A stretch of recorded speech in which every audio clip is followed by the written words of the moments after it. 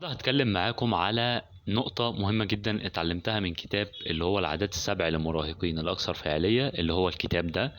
الكتاب ده يا جماعة روعة بكل المقاييس، وهكلمكم النهاردة على أول نقطة أنا اتعلمتها من الكتاب ده، وهي اسمها نقطة تحديد الأهداف. إيه تحديد الأهداف ده للناس اللي ما تعرفش؟ بصوا يا شباب، أولا إحنا كتير جدا على الكرة الأرضية، إحنا ناس كتير قوي، بس مجموعة قليلة جدا اللي بيحددوا أهدافهم، ومجموعة قليلة جدا هم اللي بيوصلوا للنجاح. ليه؟ عشان حددوا الأهداف. طبعا توفيق ربنا بيكون قبل أي شيء، بس ربنا برضو بيقول لنا ناخد بالأسباب. الكتاب ده علمني حاجة مهمة جدا، وهي إن أحدد هدف في الحياة. وقال لك عبارة قوية قوي في الكتاب ده، بيقول لك فيها إيه؟ بيقول لك إن ما حددتش مصيرك هتخلي شخص تاني هو اللي يحدد لك مصيرك. شوف العبارة خد بالك، لو انت قعدت مع نفسك كده 3 4 5 ثواني كده تتعمق فيها، هتلاقي لا، عبارة تقيلة، عبارة صعبة، عبارة قوية. فاهمني؟ ان المصير بنتحكم فيه عن طريق ان احنا بنحدد اهداف. كل ما بحدد هدف، كل ما انا بخلي مصيري احسن والطف واحلى بكتير.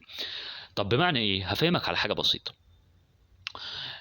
لو احنا افترضنا قدامنا ان في طريقين مثلا، طريقين قدامك، تمام؟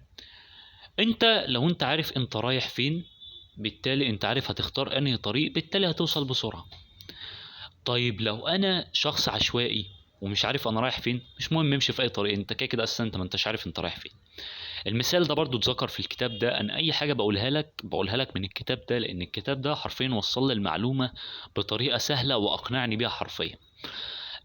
انا كنت في البدايه ما كنتش مقتنع قوي بحته تحديد الاهداف ومش عارف ايه، بس حاليا اقتنعت بيها جدا، وعرفت ان هي فعلا لو انت قعدت تفكر مع نفسك، انت عقلنا بينسى دايما. خد بالك، الانسان اتسمى بالانسان ليه؟ لانه بينسى. فاهم؟ لكن انت لما تكون محدد هدف وخلاص وحطه جوه دماغك، خلاص هتوصل له لا محاله. انت بتنام تصحى بتحلم بيه. فهمت؟ انا وليكن الهدف اللي انا حطيته ان انا اوصل. خد بالك بس قبل ما اقول لك الكلمه دي، للاهداف شرطين مهمين جدا: ان هو يكون واقعي تقدر تحققه. ما تقولش مثلا ان انت عايز الشهر ده تحقق مليون جنيه، مش هتعرف. ليه؟ لانه مستحيل. انت لو في البدايه معكش فلوس كتير، ممكن تحدد هدف تقدر تعمله، وبالتالي تزود تدريجيا هتوصل للمليون جنيه. تمام. تاني نقطة بقى اتعلمتها برضو في ان انت تحدد هدف صح، وهي ان الهدف يكون ليه بداية ونهاية.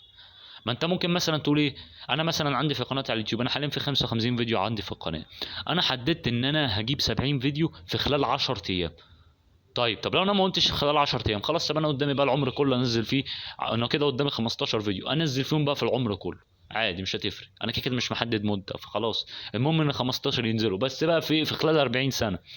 فهمت؟ يبقى تحديد الاهداف بالطريقه الصحيحه ده مهم جدا جدا جدا جدا جدا لابعد الحدود.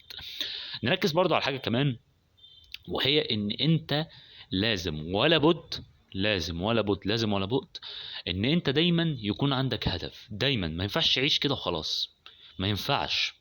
تمام؟ شوف حياة الناس الناجحين هتلاقي كلهم بيحطوا اهداف. خد بالك وركز قوي من العبارة اللي بقولها لك دي: اي حد ناجح هتلاقيه دايما بيحط هدف. مستحيل ما يكونش بيحط هدف، مستحيل.